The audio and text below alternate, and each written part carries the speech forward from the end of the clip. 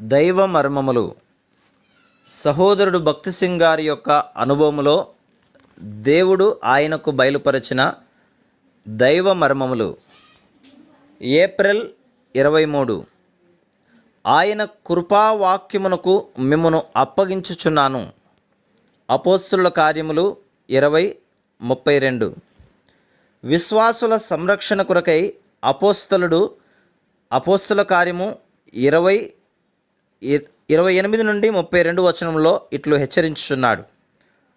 దేవుడు తన స్వరక్తమిచ్చి సంపాదించిన తన సంఘమును కాయుటకు పరిశుద్ధాత్మ మిమ్మును దేనియందు అధ్యక్షులనుగా ఉంచెనో ఆ యావత్తు మందను గూర్చియు మీ మట్టుకు మిమ్మును గూర్చియు జాగ్రత్తగా నుండుడి.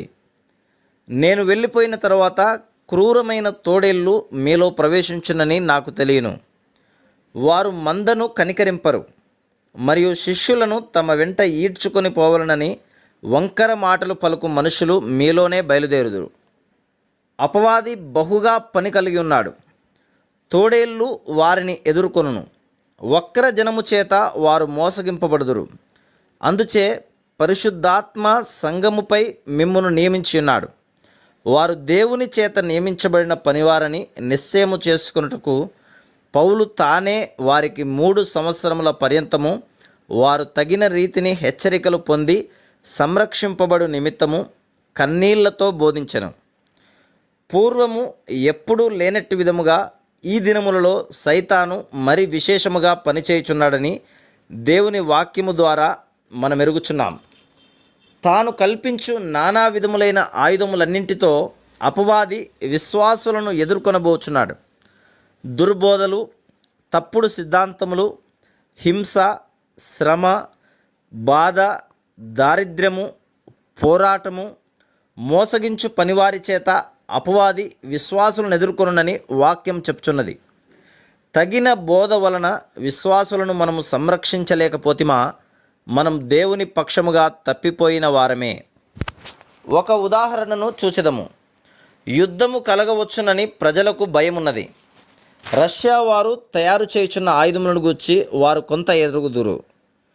దేశ భద్రత కొరకు అమెరికా వారు చాలా ద్రవ్యము వ్యయము చేయుచున్నారని వారు ఎరుగుదురు. వారి ప్రభుత్వం కూడా తమ సొంత దేశమును వారి మిత్రులను సంరక్షించుకొనుటకు ఏర్పాటు చేసుకునవలనని వారు సమ్మతించెదరు. యుద్ధము హఠాత్తుగా కలగవచ్చును. ఒక్కరూ కూడా విడిచిపెట్టబడకుండా సర్వనాశనమొందుదురు. ఇట్టి పరిస్థితిలో మౌనము దాల్చి ఈ సంగతి తర్వాత ఆలోచించుకుందుము అని అజాగ్రత్తగా నుండుట తప్పు. అపోస్తలుడుగా పౌలుకు వివిధ రకములైన పరిచర్య కలదు. అపోస్తలునిగా, ప్రవక్తగా, సువార్తికునిగా, కాపరిగా అతడు పనిచేయవలసి ఉండెను. దేవుని సేవకులకు ఈ దినములలో ఇదే పరిచర్య కలదు. అయితే మనం దానిని నెరవేర్చుచున్నామా? మనం ఈ పని చేయలేకపోయినట్లయితే దేవుని మందను సంరక్షించు పనివారిని దేవుడు లేపునట్లు ప్రార్థించదాం. అయితే దేవుని పనిని అడ్డుపరచవద్దు. ఈ పనికి దేవుడు నిన్ను పిలవకపోయినచో దేవుని పనిలో జోక్యం చేసుకొనక ప్రక్కకు తొలుగుము. Praise the lord.